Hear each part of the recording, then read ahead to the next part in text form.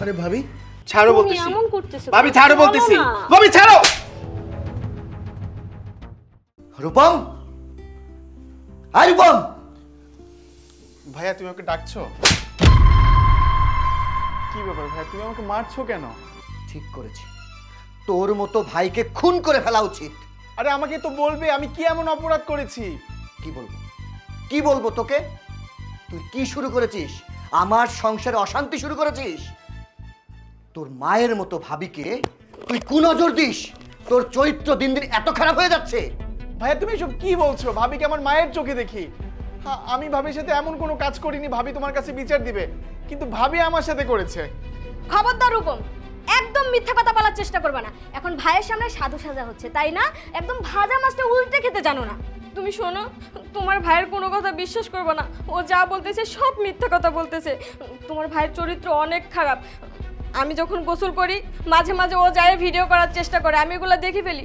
আমি তোমাকে কিচ্ছু বলি না, কারণ কি জানো, ও তো তোমার ভাই। যদি আমি কিছু বলি তুমি তো বিশ্বাস করবে না আমার কথা, এই জন্যই আমি তোমার কাছে কিছু বলি না।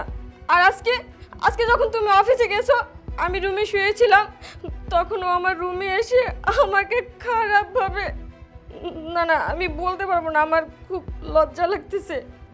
তোকে তোকে আমি আমার বুকের মধ্যে আগলে রেখেছি। আমি মনে করেছি তুই আমার ছোট ভাই না, আমার সন্তান। আর সেই কিনা তুই আজকে তোর মায়ের মতো ভাবির চরিত্র নিয়ে কলঙ্ক দিচ্ছিস। যেই থালে খাস সেই তাল ফুটো করিস। তোকে আর আমি এক মুহূর্তেই বাড়িতে রাখবো না। তুই এক্ষুনি আমার চোখের সামনে থেকে চলে যাবি, আর যদি না যাস আমি তোকে খুন করে ফেলবো। বিশ্বাস করো ভাই, আমি কিছু করি না, যা করার ভাবি করেছে। কোনো কথা বলবি না, বের হ। ভাইয়া, তুই বাড়ি থেকে বের হ। আমার কথাটা শোনো। ছোট সাহেবের কোনো দোষ নাই, সব দোষ এই ম্যাডামের। এই ম্যাডাম চক্রান্ত করে ছোট সাহেবরে ফাঁসাইতে চাইতেছে। কি প্রমাণ আছে?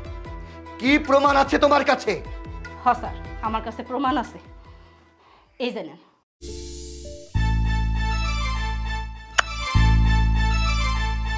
আরে ভাবি, তুমি আমার ঘরে কি করছো? আর তুমি আমাকে চুমা দিলা কেন? কি করছি মানে তুমি বুঝো না যে তোমার ঘরে কি করছি আমি? না, আমার বুঝতে হবে না, তুমি আমার রুম থেকে যাও। না বুঝেও না বোঝার ভান করতেছে। একটা ইয়াং মেয়ে একটা ইয়াং ছেলের রুমে কেন আসে এটাও কি তুমি বুঝো না? দেখো ভাবি, তুমি আমার বড় ভাই স্ত্রী, আমার মায়ের সমতুল্য। আমি তোমাকে কখনো বাজে চোখে দেখি না। প্লিজ তুমি আমার রুম থেকে আসো। রাখো তো তোমার মায়ের সমতুল্য। বড় ভাইয়ের বউ কি তোমার প্রেমিকা হতে পারে না? না, হতে পারো না। প্লিজ ভাবি আমার রুম থেকে যাও। শোনো না, তোমার ভাই না আজকে বাসায় নেই, চলো না দুজন মিলে এক্সট্রা টাইম পার করি। ভাবি প্লিজ ছাড়ো, ছাড়ো বলতেছি। তুমি এমন করতেছো ভাবি ছাড়ো বলতেছি। ভাবি ছাড়ো। আমি তোমাকে একবার বলছি আমি তোমাকে মায়ের চোখে দেখি। তুমি আমার রুম থেকে যাও, আর আজকে ভাইয়া বাসায় আসুক, আমি ভাইয়াকে সবকিছু বলবো। এই তুই ভাইয়ের কাছে কি বিচার দিবি? হ্যাঁ, বিচার তো দিব আমি। আজকে তুই আমার সাথে যা করলি না, এর পরিণাম খুব ভয়ানক হবে। তুই বুঝতেই পারতেছিস না যে কার গায়ে হাত তুললি। বুঝছস, আজকে তোর একদিন কি আমার একদিন। তোর ভাই আজকে বাসায় আসুক। কি দেখলাম আমি? মাথা নিচ করে আছিস কেন? কথা বল, বল। আমার ভাইয়ের চরিত্র খারাপ, বল। তুই এতক্ষণ যে নাটক সাজিয়ে আমার আর আমার ভাইয়ের মধ্যে সম্পর্কে ফাটল ধরেছিস, কি হলো? প্রশ্নের উত্তর দে, কি দেখলাম এটা? আসলে তুমি যা দেখছো সবকিছুই ভুল। এই কাজের বউ আমারে ফাঁসানোর চিন্তা করতেছে। আমার নিজের চোখে তুই এখন অবিশ্বাস করতে বলছিস? আরে তোর যদি খারাপ হওয়ার ইচ্ছা থাকতো আমার ভাইয়ের দিকে নজর না দিয়ে আমায় বলতিস, আমি তোকে পতিতালয়ে দিয়ে আসতাম। ওগো, তুমি এইসব কথা বইলো না। আমি নয় ভুল করেই ফেলছি, তুমি এবারের মতো আমারে মাফ করে দাও। ভুল করেছিস? ভুল করেছিস তুই। এটা ভুল না, এটা পাপ। তুই যেটা করেছিস না সেটা পাপ করেছিস। আর তোর মতো পাপীর সাথে যদি আমি সংসার করে নিয়ে এই ছাদের নিচে থাকি না, আমারও পাপ হবে। তোর মতো কালনাগিনীকে মাফ করা যায় না। তোর শাস্তি একটাই, তোকে আমি আর আমার সংসারে রাখছি না। বের হয়ে যা আমার সংসার থেকে।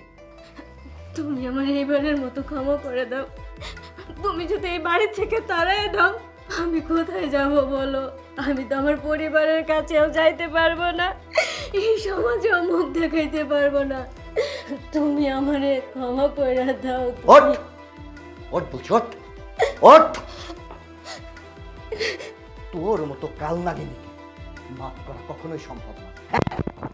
তোর উচিত শিক্ষা তোর বাবা মা কেন এই সমাজের প্রত্যেকটা লোকের জানা উচিত তুই একটা কাল নাগিনী। তোর মতো প্রতিটা এই সংসারে কোনো জায়গা নেই। কোনো কথা বলবি না। বের হয়ে যা, তুমি এরকম কাজ করতে পারো না, বের হয়ে যা, বের হয়ে যা তুই আমার সংসার থেকে, বের হয়ে যা।